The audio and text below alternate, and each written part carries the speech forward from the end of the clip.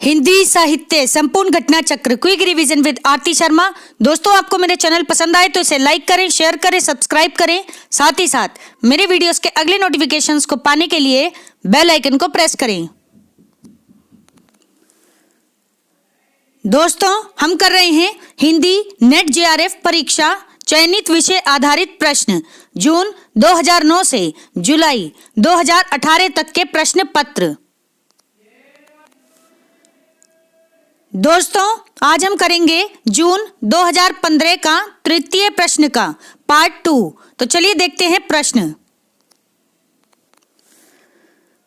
गौर करेंगे दोस्तों। प्रश्न है क्या निर्मल वर्मा के निबंध संग्रहों का प्रकाशन काल के अनुसार सही अनुक्रम क्या है। तो जरा देखते हैं दोस्तों निर्मल वर्मा के निबंध संग्रह। गौर करें, सबसे पहले शब्द और स्मृति। शब्द और स्मृति कब आया?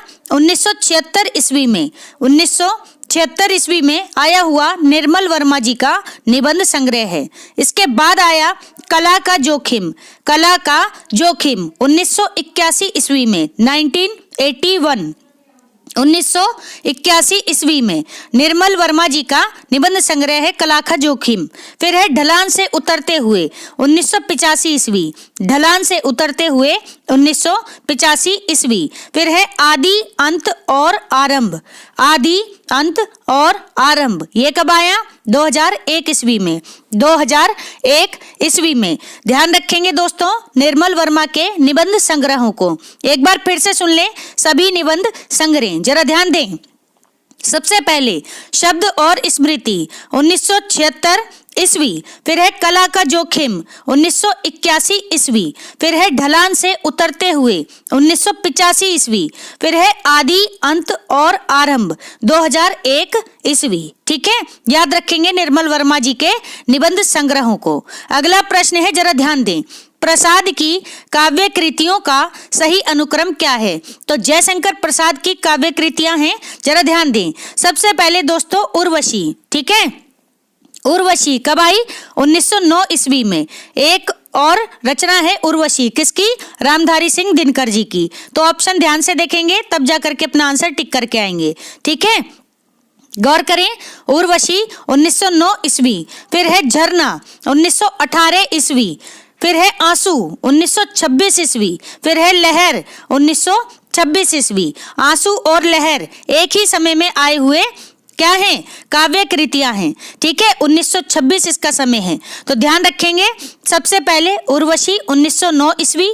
फिर है झरना 1918 ईस्वी। फिर है आंसू 1926 ईस्वी। फिर है लहर 1926 ईस्वी। तो ये सभी प्रसाद की काव्य कृतियां हैं जो कि सही अनुक्रम में हैं। ठीक है, ध्यान रखेंगे दोस्तों। देखते हैं अगला प्रश्न, जरा गौर करेंगे। प्रश्न है प्रकाशन वर्ष के अनुसार रचनाओं का सही अनुक्रम क्या है? तो सबसे पहले रामधारी सिंह दिनकर जी की रचना है रश्मि रथी। कौन सी? रश्मि रथी। कब आई? 1952 ईस्वी में। 1952 ईस्वी में। फिर आई कनुप्रिया। धर्मवीर भारती जी की कृति है कनुप्रिया। कब आई? 1959 ईस्वी, 1959 1959 ईस्वी में कनुप्रिया। फिर है सुमित्रा नंदन पंत जी की काव्य कृति, कौन सी? लोकायत्न। लोकायत्न, इसे अवार्ड भी मिल चुका है। ठीक, ध्यान रखें। 1964 ईस्वी में।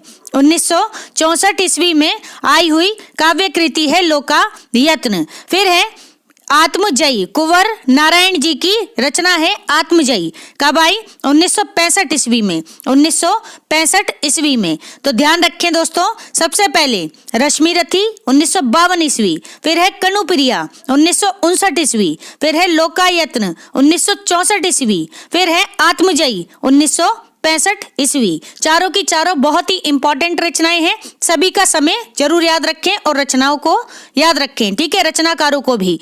तो देखते हैं अगला प्रश्न। अगला प्रश्न है दोस्तों, ध्यान दें। प्रकाशन वर्ष के अनुसार निबंध संग्रहों का सही अनुक्रम क्या है? तो जरा ध्यान दें। सबसे पहले निबंध संग्रह है प्रगति और परंपरा। प्रगति और परंपरा 1948 ईस्वी। 1948 ईस्वी। फिर है अज्ञे का निबंध संग्रह अद्यतन, कौन सा? अद्यतन कब आया? 1977 ईस्वी में, 1977 ईस्वी।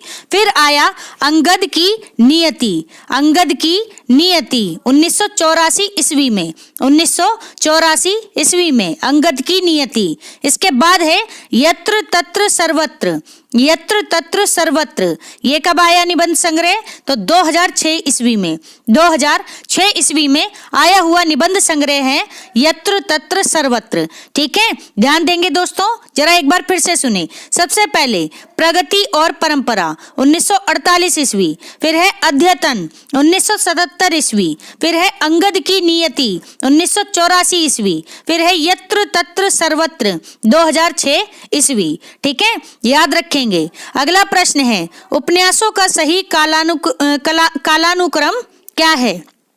तो सबसे पहले उपन्यास देशद्रोही कब आया? 1943 ईस्वी में, 1943 ईस्वी में आया हुआ उपन्यास है देशद्रोही। इसके बाद आगे का उपन्यास आया नदी के द्वीप, नदी के द्वीप कब आया? 1951 ईस्वी में। ठीक है, 1951 ईस्वी में नदी के द्वीप। और ध्यान रहे 1951 में ही जहां तक है दूसरा तार सप्तक आया था। ठीक है, ये भी आगे का ही था जिसमें 7 कवि थे, तो ध्यान रखेंगे।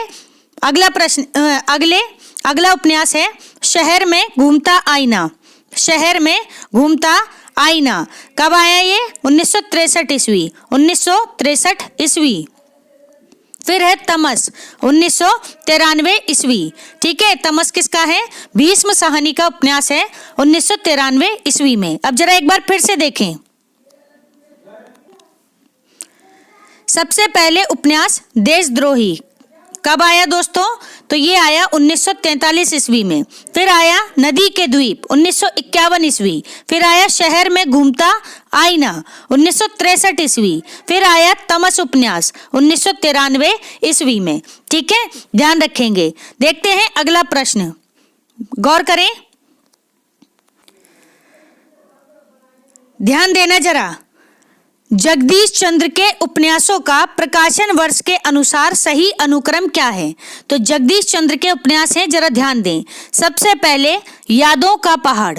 ठीक है, यादों का पहाड़ उपन्यास कब आया? 1966 ईस्वी में। किसका है? जगदीश चंद्र जी का उपन्यास है। फिर है धरती धन्ना अपना। ठीक है, धरती धन्ना अपना किसका उपन्यास है? जगदीश चंद्र जी का। दोस्तों ध्यान रहे, नेट जेआरएफ के वीडियो में ही मैंने एक जगह धरती धन्ना अपना उपन्यास किसका बताया है? माता प्रसाद गुप्त जी का। ठीक है, तो ध्यान रखेंगे, माता प्रसाद गुप्त जी का उपन्यास नहीं है, किसका है? जगदीश चंद्र जी का उपन्यास है धरती धन्ना अपना। ठीक है, अपना तो 1972 ईस्वी में आया हुआ उपन्यास है। कब? 1972 ईस्वी में, ध्यान रखें। इसके बाद आया इनका उपन्यास मुट्ठी भर कांकर।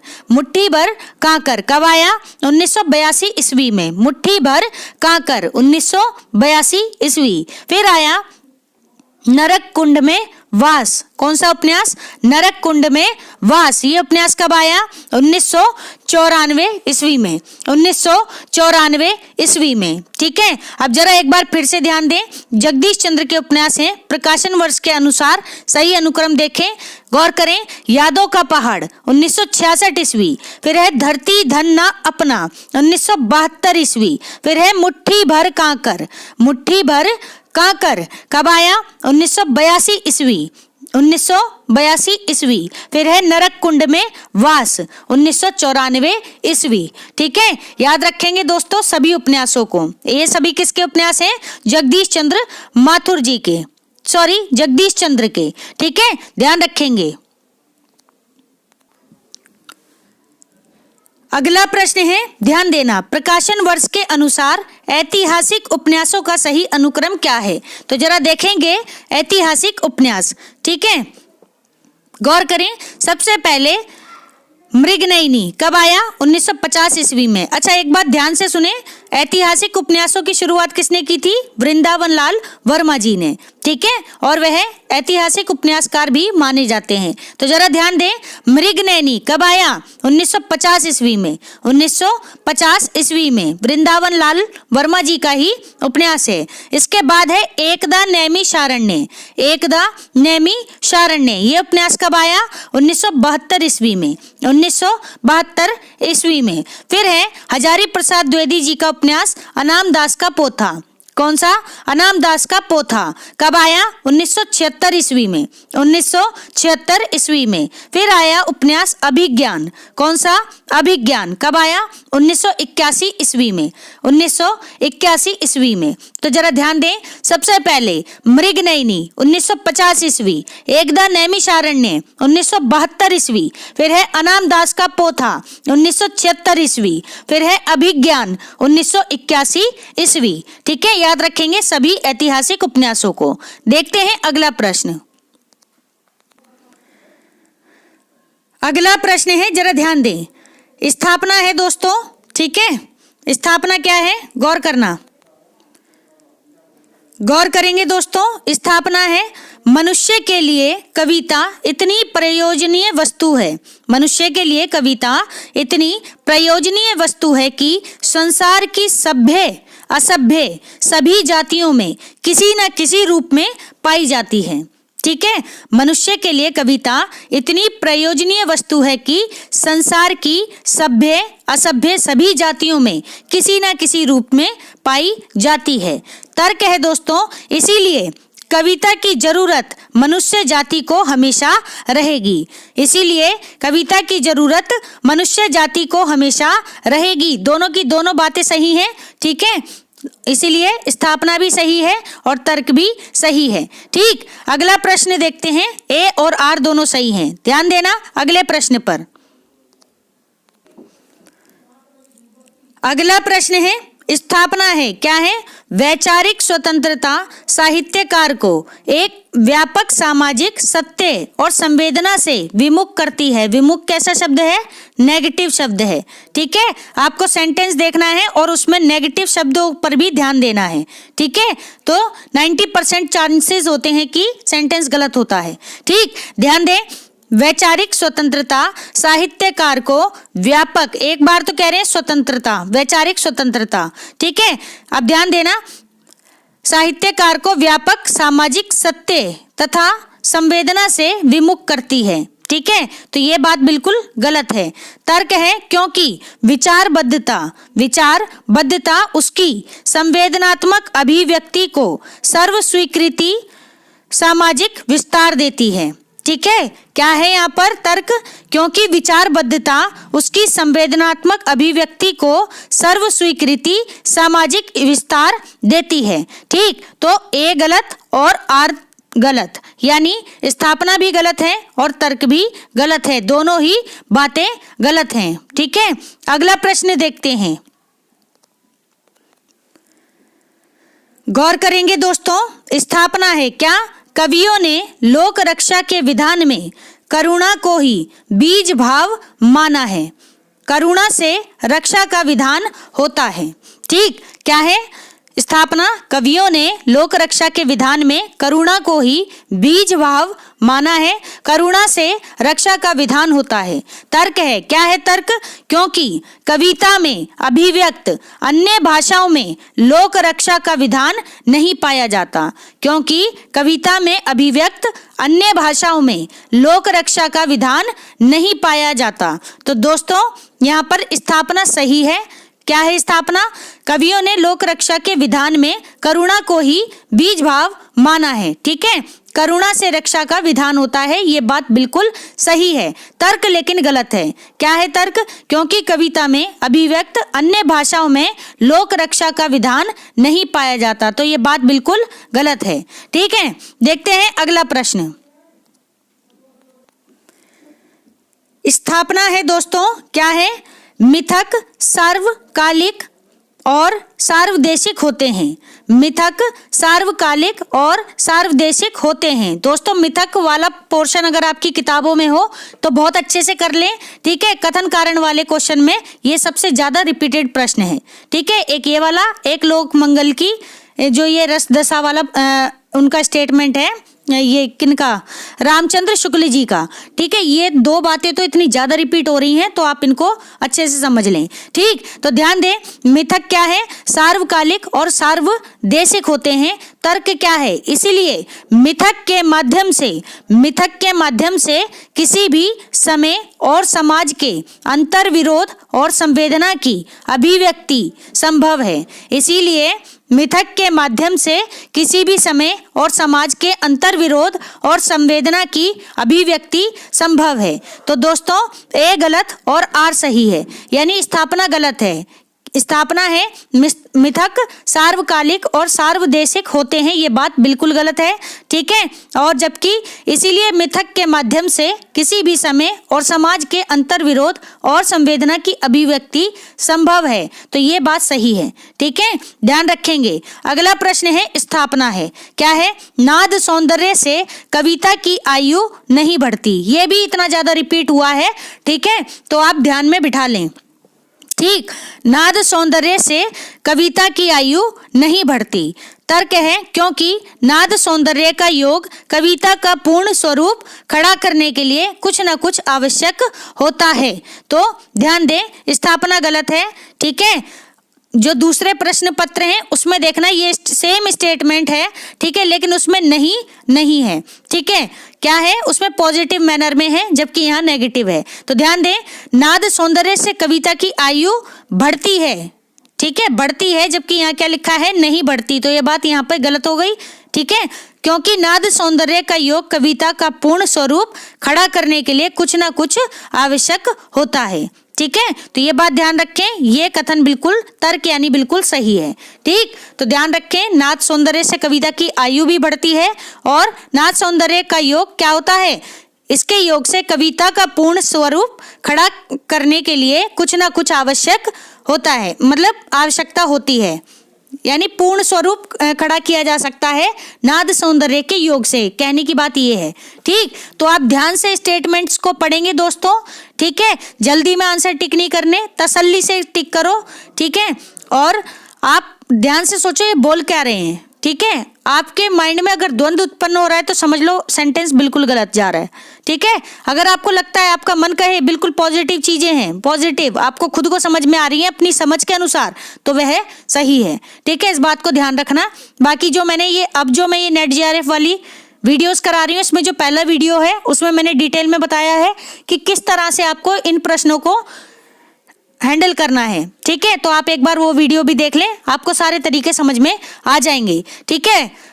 ध्यान रखना, करत करत अभ्यास के जड़मती होत सुजान, रसरी आवत जात के सिल पर परत निशान। ये कहावत है दोस्तों, ध्यान रखें इसको, ठीक है। अभ्यास करेंगे तो एक दिन पत्थर पे भी निशान पड़ जाएगा, ठीक है। तो अपनी मेहनत में कमी न छोड़ें, लगातार प्रयास करें, ठीक है। हारने से मत डरना, जो हार जाता है, डर जाता है, वो कभी सफल नहीं होता, ध्यान रखना, ठीक है। आपकी हार बताती है कि आप कितने ज्यादा सफल होंगे, ठीक। तो देखते हैं अगला प्रश्न, ध्यान दे जरा। अगला प्रश्न है, अभिकथन है, जरा ध्यान दें। मरणासन महाकाव्य के गर्भ से उपन्यास का जन्म हुआ है। क्या कह रहे हैं, मरणासन महाकाव्य के गर्भ से उपन्यास का जन्म हुआ है, ठीक। तर्क है क्योंकि उपन्यास का उदय पश्चिम में यानी वेस्ट में, ठीक है, मध्य वर्ग के उदय के साथ हुआ था। क्योंकि उपन्यास का उदय यानी ये जो उपन्यास विधा है इसकी शुरुआत कहाँ से हुई थी, पश्चिम में मध्य वर्ग जो मिडिल क्लास होता है तो उसके उदय के साथ ही हुआ था, ठीक। तो ए और आर दोनों सही हैं, यानी तर्क भी सही है, अभिकथन भी सही है और तर्क भी सही है, ठीक है। ध्यान रखें दोस्तों, मरणासन महाकाव्य के गर्भ से उपन्यास का जन्म हुआ है, बिल्कुल सही। तर्क है क्योंकि उपन्यास का उदय पश्चिम में मध्य वर्ग के उदय के साथ हुआ है, यह भी बिल्कुल सही है। देखते हैं अगला प्रश्न। स्थापना है, जरा ध्यान दे दोस्तों, साधारणीकरण की प्रमुख आधारशिला मानव सुलभ समानानुभूति है। ठीक है, क्या कह रहे हैं? साधारणीकरण। साधारणीकरण, ठीक है, हिंदी में ये सिद्धांत किसने दिया? तो ध्यान रखें, भट्टनायक ने। ठीक है, तो साधारणीकरण की प्रमुख आधारशिला मानव सुलभ समानानुभूति है। ठीक, तर्क है। क्या बात है तर्क? देखें, क्योंकि मानव सुलभ समानानुभूति स्वाभाविक मानवीय प्रवृत्ति है। क्या है? स्वाभाविक मानवीय प्रवृत्ति है, जिसे भारतीय दर्शन का बल भी प्राप्त है। जिसे भारतीय दर्शन का बल भी प्राप्त है। तो ए और आर दोनों सही हैं, यानी स्थापना भी सही है और तर्क भी सही है। स्थापना क्या है? साधारणीकरण की प्रमुख आधारशिला मानव सुलभ समानानुभूति है। तर्क है, क्योंकि मानव सुलभ समानानुभूति स्वाभाविक मानवीय प्रवृत्ति है, जिसे भारतीय दर्शन का बल भी प्राप्त हुआ है। ठीक है, तो ध्यान रखेंगे, दोनों बातें बिल्कुल सही हैं। अगला प्रश्न है, स्थापना है, जरा ध्यान दें। प्रसाद के नाटकों यानी जयशंकर प्रसाद जी के नाटकों में रस और द्वंद्व का आद्यंत समन्वय हुआ है। ठीक है, प्रसाद जी के नाटकों में रस और द्वंद्व दोनों का आद्यंत समन्वय हुआ है, ये बात ध्यान रखें। तर्क है दोस्तों, क्या है तर्क? ध्यान दें, कारण है कि यह केवल उन पर पश्चिमी नाट्य चिंतन के प्रभाव से ही संभव हुआ है। कारण है कि यह केवल उन पर पश्चिमी नाट्य चिंतन के प्रभाव से ही संभव हुआ है। उन पर यानी जयशंकर प्रसाद पर, किसके प्रभाव से? पश्चिमी नाट्य चिंतन के प्रभाव से। ठीक है, ध्यान दें, तो ए सही है और जबकि आर गलत है, यानी कि जो हमने स्थापना देखी थी, ठीक है, वह सही था और कारण जबकि गलत है, यानी कि तर्क गलत है। ठीक है, ध्यान रखें। अगला प्रश्न है, देखते हैं, गौर करेंगे दोस्तों। स्थापना है क्या? आदर्श नागरिक को आत्म विकास करते हुए सारी धरती के सुख में ही अपना सुख मानना चाहिए। ठीक है, जो आदर्श नागरिक है उसको आत्म विकास यानी अपना विकास करते हुए सारी धरती के सुख में ही अपना सुख मानना चाहिए। तो ये बात बिल्कुल सही है। ठीक है, तर्क है, क्या है? क्योंकि प्रत्येक नागरिक के व्यवहार की उसकी अच्छाई बुराई की मूल कसौटी समाज कल्याण की भावना है। ठीक है, क्योंकि प्रत्येक नागरिक के व्यवहार की उसकी अच्छाई बुराई की मूल कसौटी क्या है? समाज कल्याण की भावना है। तो ए और आर दोनों ही बातें सही हैं। ठीक है, तो ये बहुत जरूरी है दोस्तों कि हमारा समाज के प्रति व्यवहार कैसा है। ठीक है, अगर हम समाज के प्रति अच्छा व्यवहार कर रहे हैं तो हम अच्छे नागरिक के तौर पर जाने जाएंगे। अगर हमारा व्यवहार बुरा है तो हम बुरे नागरिक के तौर पर जाने जाएंगे। ठीक है, और यहीं से तय होती है क्या? समाज कल्याण की मूल कसौटी। ठीक है, अच्छाई बुराई की मूल कसौटी के आधार पर ही समाज कल्याण की भावना तय होती है। एक अच्छा आदमी ही, ठीक है, समाज के बारे में अच्छा सोच सकता है। ठीक है, और बुरा व्यक्ति जो बुरी भावनाओं के साथ काम कर रहा है वह कभी समाज का हित नहीं कर सकता, ये बात ध्यान रखना। ठीक है, समाज की सेवा करने के लिए एक बड़े हृदय की जरूरत होती है और उसके साथ साथ धैर्य की जरूरत होती है। ठीक है, आलोचनाओं का शिकार होना पड़ता है। तो इन सब से जूझते हुए आप समाज में खड़े रहकर आप समाज के लिए कितनी जिम्मेदारियां निभा रहे हैं, ये बहुत बड़ी बात होती है। ठीक है, हर कोई इस भावभूमि तक नहीं पहुंच पाता, लेकिन जो पहुंचता है उसकी एक अलग ही पहचान होती है, ये बात ध्यान रखेंगे दोस्तों। तो आप सभी पढ़ लिख रहे हैं, बहुत अच्छे से पढ़ें, भगवान करे आप सभी खूब कामयाब हो। ठीक है, अच्छी पोस्टों पर बैठें और अपनी देश की सेवा करें दोस्तों। यहाँ आए हैं तो केवल पैसा कमाना ही आपका पर्पस नहीं होना चाहिए, उससे बढ़कर भी बहुत सारी चीजें हैं। तो अपनी दृष्टि को व्यापक करें। ठीक है, आपकी जिम्मेदारी है कि आप अपनी कंट्री को कहाँ तक लेके जा रहे हैं। ठीक है, अगर ये जितने भी क्रांतिकारी हुए हैं और जितने भी समाज सेवक हुए हैं, अगर ये सभी अपना योगदान नहीं देते तो क्या आज हम इस स्थिति में पहुंच पाते कि आज हम सभी शिक्षा ग्रहण कर रहे हैं यूट्यूब से, जहां एक समय में क्या था कि ठीक से क्लासरूम भी नहीं थे। स्कूल भी नहीं थे, ब्लैक बोर्ड भी नहीं थे, कुछ नहीं था। वो बच्चे जब पढ़ते थे, सोचो वो स्टूडेंट उस स्थिति में पढ़ करके, ठीक है, आगे बढ़े, तो आज हमारे पास सब कुछ होते हुए भी अगर हम स्टडी नहीं कर रहे हैं तो दोस्तों ये हमारी कमी है। ठीक है, तो अपने दायित्व को समझें, अपने समय को समझें और अपने ऊपर निवेश करें। ठीक है, और आगे बढ़ें दोस्तों।